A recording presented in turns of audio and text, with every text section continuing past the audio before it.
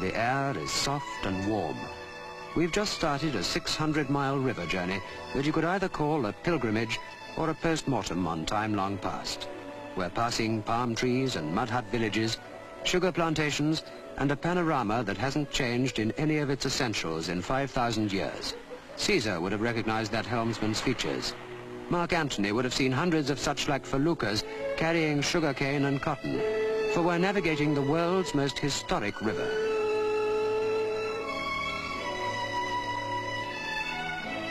The Nile, with its rich silt and yearly flooding, carved the start of Western culture out of the desert, and the ancient kings who grew rich on the gifts of the Nile, in turn, carved massive memorials out of its rose-tinted stone.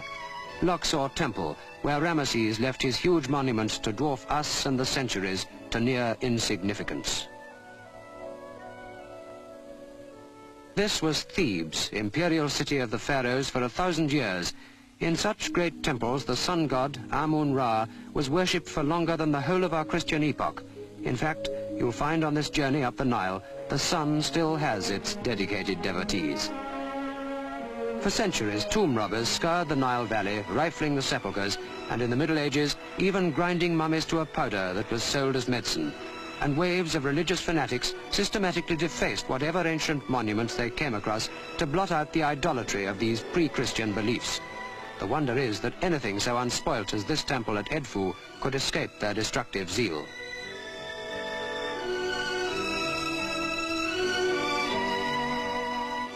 The early Coptic Christians would have obliterated Horus the Hawk, son of Osiris, the god of the dead, if they'd unearthed this ancient place.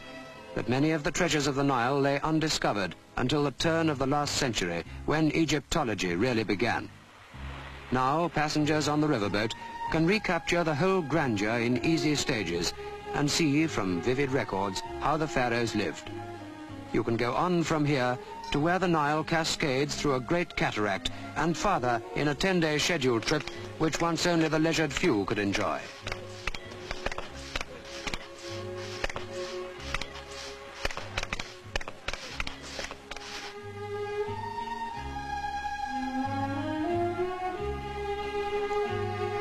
This is the winter scene on the great, wide, winding waterway after the June floods have run riot and the dam sluice gates have been shut to regulate the flow.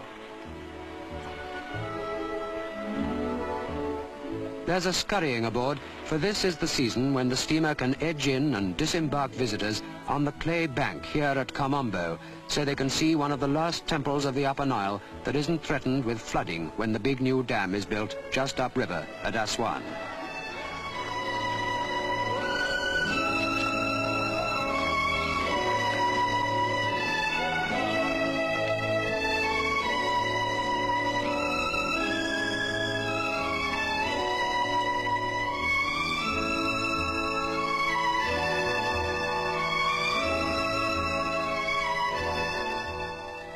Here you can see carvings and fine friezes which the warrior kings had ordered in their honor.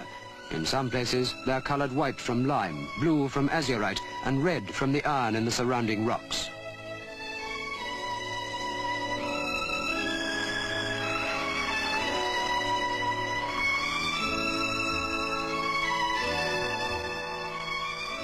Nubia, and now the backcloth is empty and scrubland.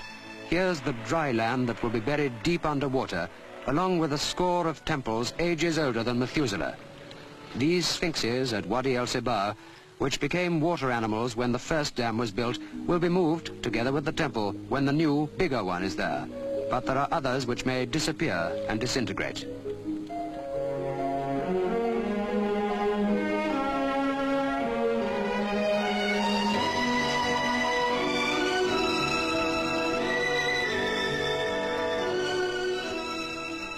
It matters perhaps little that such trim villages will crumble deep below the waterline of the world's biggest man-made lake. The whole of Egypt will prosper from the power and the fertility that the new dam will hold in store. 3 new palm trees will grow for every one that is drowned.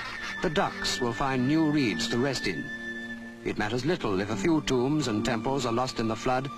Their hieroglyphics and wall pictures have been read and recorded, and their contribution to history has been made.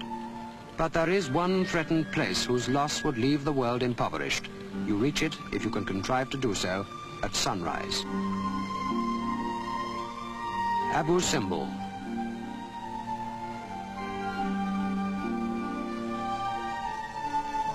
The rock temple, built again by the pharaoh Ramesses, was carved out of the sandstone face of the cliffs.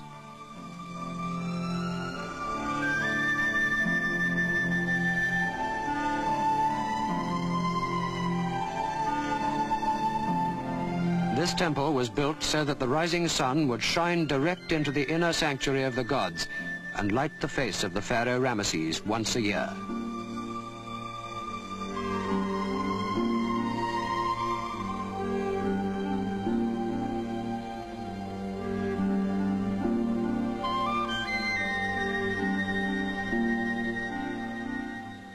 By the side of the towering pharaoh, even his favorite queen was of small significance, not reaching much more stature than the hordes of Asiatic prisoners depicted under his mighty feet. The two Nile gods bind the symbolic plants of Upper and Lower Egypt, united by this proud warrior, the achievement which prompted Ramesses to carve the facade of this temple out of a 250-foot hillside, with those seated figures of him more than 12 times larger than life. Saving it calls for a project greater still. One costly plan is to cut it loose from the cliff and inch it onto a series of concrete slabs, together with Queen Nefertari's own boudoir temple alongside.